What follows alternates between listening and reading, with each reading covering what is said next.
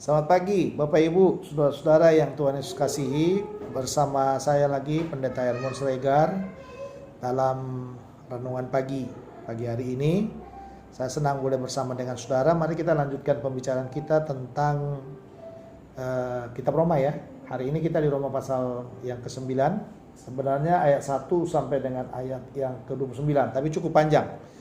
Ya, kita baca ayat yang ke-1 sampai dengan 3 aja. Aku mengatakan kebenaran dalam Kristus, aku tidak berdusta. Suara hatiku turut bersaksi dalam Roh Kudus bahwa aku sangat berduka cita dan selalu bersedih hati. Bahkan aku mau terkutuk dan terpisah dari Kristus demi saudara-saudaraku kaum sebangsaku secara jasmani. Paulus ini adalah orang yang sangat peka terhadap bangsanya. Paulus banyak mengalami berkat bersama dengan Tuhan, bahkan bisa saya katakan dia mengalami kasih karunia daripada Tuhan. Tetapi saudara, yang unik, yang menarik dari Paulus itu adalah sekalipun Tuhan sudah menyelamatkan dia dan dia punya tempat yang istimewa, tetapi dalam pelayanan yang begitu panjang setiap hari dia melayani Tuhan, dia membawa jiwa-jiwa kepada Tuhan, tapi dalam hatinya terbesit satu pernyataan, bagaimana dengan bangsaku? Nah, ini hal yang harus yang dia gumuli dalam hidupnya. Bagaimana dengan bangsaku? Nah, saudara, ternyata kalau kita bisa melihat dalam bagian ini, ya, dalam bagian ini Paulus itu melihat bahwa akhirnya, ya, dalam ayat 27 misalnya, di sana dikatakan dalam ayat 27 itu, coba kita lihat sama-sama ya. Ayat 27, dan Yesaya berseru tentang Israel, sekalipun jumlah anak Israel seperti pasir di laut, namun hanya sisanya akan diselamatkan. Berarti kita bisa melihat bahwa gak semua orang Israel diselamatkan. Gak semua orang Israel akan mendapatkan kasih karunia daripada Tuhan. Kenapa saudara? Itu balik lagi, bahwa di ayat 15-16 di sana dikatakan, sebab ia berfirman kepada Musa, aku akan menaruh belas kasihan kepada siapa aku menaruh belas kasihan, dan aku akan bermurah hati kepada siapa aku mau bermurah hati. Jadi hal itu tidak tergantung pada kehendak orang atau usaha orang, tetapi kepada kemurahan hati Allah. Jelas saudara, bahwa Paulus sekarang melihat bahwa keselamatan itu sepenuhnya karena kasih karunia. Jadi bukan karena usaha, bukan karena perbuatan, bukan karena Israel bangsa pilihan lalu mereka semua akan diselamatkan, tidak. Tapi itu tadi, dia menyadari sepenuhnya bahwa Allah itu bermurah hati kepada siapa dia bermurah hati, dan Allah itu berbelas kasihan kepada siapa dia belas kasihan. Artinya apa? Keselamatan itu adalah bagian dari orang-orang yang dikehendaki Allah untuk diselamatkan. Dengan kata lain, saya mau katakan kepada saudara, keselamatan itu bukan milik dari semua orang, tetapi keselamatan itu disiapkan untuk semua orang. Nah, termasuk Israel juga sama. Ya, termasuk Israel juga sama. Jadi Israel mengalami persoalan yang sama yang sedang dijelaskan oleh Paulus dalam bagian ini. Mereka tahu Tuhan, mereka istimewa, mereka adalah orang-orang hebat, mereka adalah orang-orang yang mulia, mereka adalah orang-orang yang diistimewakan, tetapi keselamatan mereka tidak tergantung dari keistimewaan yang Tuhan berikan kepada mereka. Makanya ini yang digumuli oleh Paulus. Bagaimana nasib mereka? Bagaimana keadaan mereka? Sampai dikatakan di dalam bagian ini, saudara, lihatlah di dalam ayat yang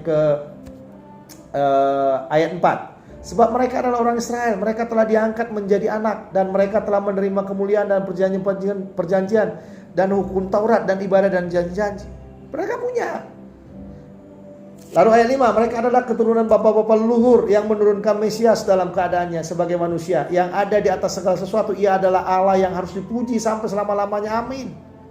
Tapi lihat ayat 6, akan tetapi firman Allah tidak mungkin gagal, sebab semua orang yang berasal dari Israel, ya, sebab semua orang yang berasal dari Israel adalah orang Israel, dan juga semua yang terhitung keturunan Abraham adalah anak Abraham, tetapi yang berasal dari Ishak yang disebut keturunanmu.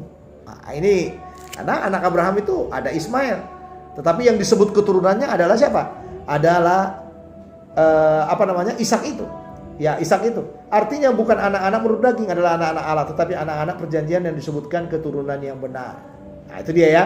Sebab firman ini mengandung janji, pada waktu seperti inilah aku akan datang dan Sarah akan mempunyai seorang anak laki-laki. Dijelaskan lagi, udah ada Ismail waktu itu, tapi Tuhan berkata itu bukan anakmu.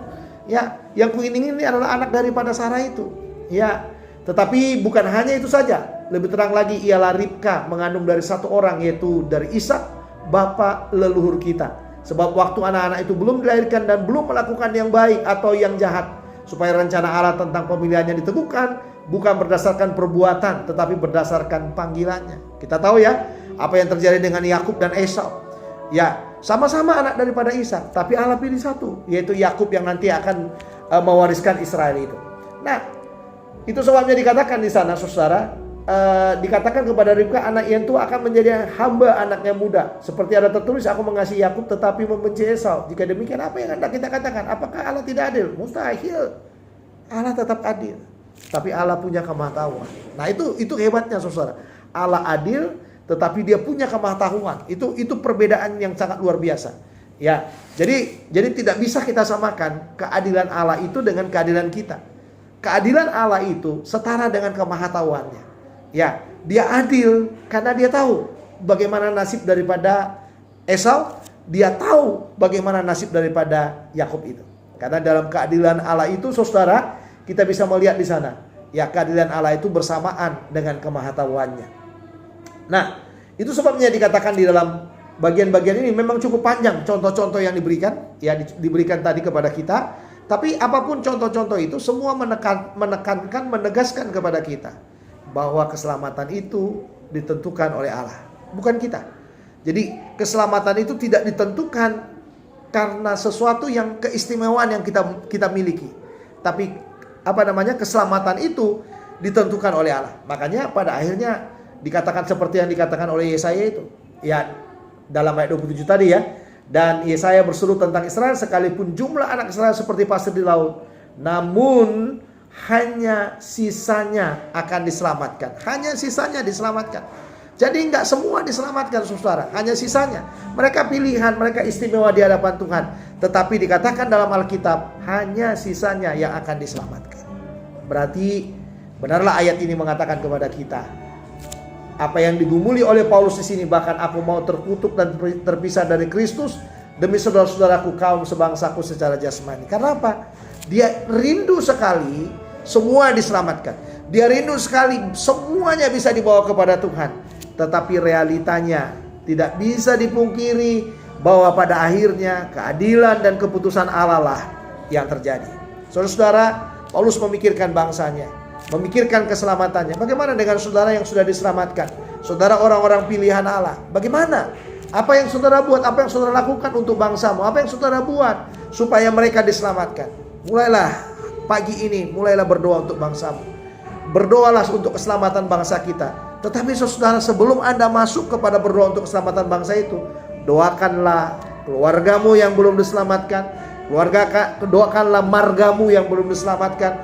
Doakanlah tetangga-tetanggamu yang belum diselamatkan. Dan doakan jugalah bangsa dan negara. Saya percaya supaya Tuhan mengeluarkan semua orang-orang pilihannya, supaya Tuhan mengeluarkan atau memberikan kesempatan kepada orang-orang pilihannya untuk diselamatkan. Jadi tugas kita satu aja.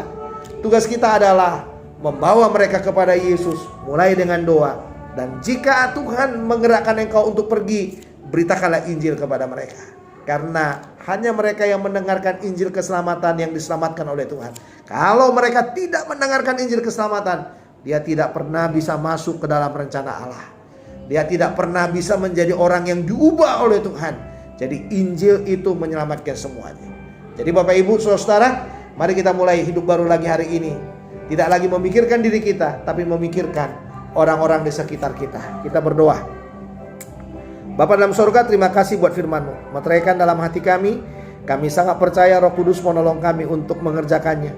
Biarlah Roh Kudus memimpin kami sehingga kami boleh mendapatkan berkat keselamatan yang daripada-Mu. Dan Engkau menolong saudara-saudara kami, keluarga kami, tetangga kami, teman sebangsa kami, supaya mereka juga orang-orang pilihan Tuhan diselamatkan oleh Tuhan. Dan kami berdoa supaya mereka yang mendapatkan belas kasihan, mendapatkan keselamatan daripada-Mu, supaya mereka dibawa kepada-Mu. Dalam nama Tuhan Yesus kami sudah berdoa. Amin. Sampai di sini Bapak Ibu pemberitaan firman Tuhan. Ketemu lagi esok. Saya undur. Tuhan Yesus memberkati. Shalom.